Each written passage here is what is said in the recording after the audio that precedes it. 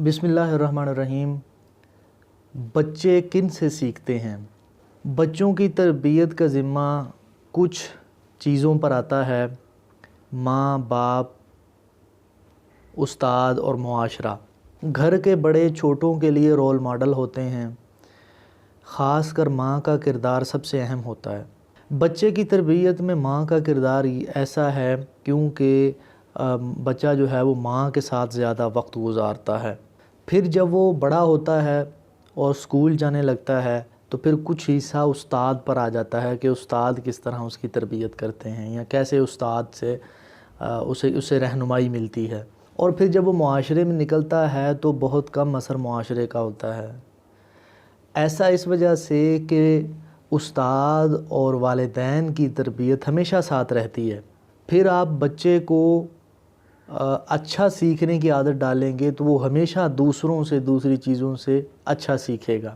میں آپ کو اپنا بتاتا ہوں کہ جب میں چھوٹا ہوتا تھا تو میرے والد مجھ سے بڑا پیار کرتے تھے اور وہ مجھے اپنے ساتھ لٹا لیتے تھے، اور مجھے ابھی بھی یاد ہے، میں شاید 3.5 یا 4 سال کا ہوں گا، تو وہ مجھے باہر تب جانے دیتے تھے جب میں انہیں 6 کلمے اور درود شریف اور جو 4 کل ہوتے ہیں وہ سنایا کرتا تھا۔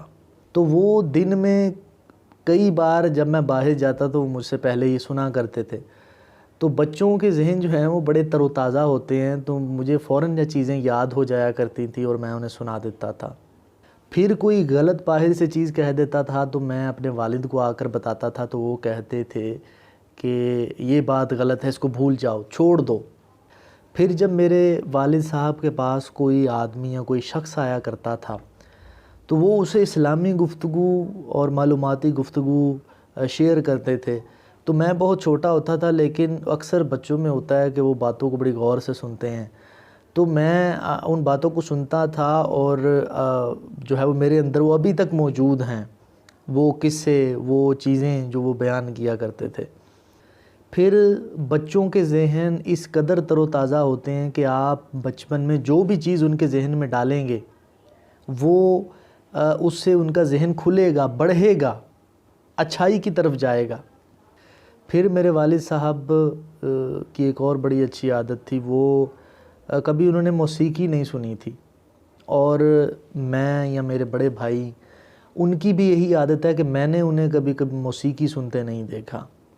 وہ اکثر تصوف کی محفلوں سے لگاؤ رکھتے تھے اور تصوف کی باتیں کیا کرتے تھے، تو ہمارے اندر بھی وہی چیز ہے کہ ہمیں نبی اکرم صلی اللہ علیہ وسلم کی تعریف، ان کی ذات پر درود و سلام پڑھنا، یہ بہت زیادہ پسند ہے۔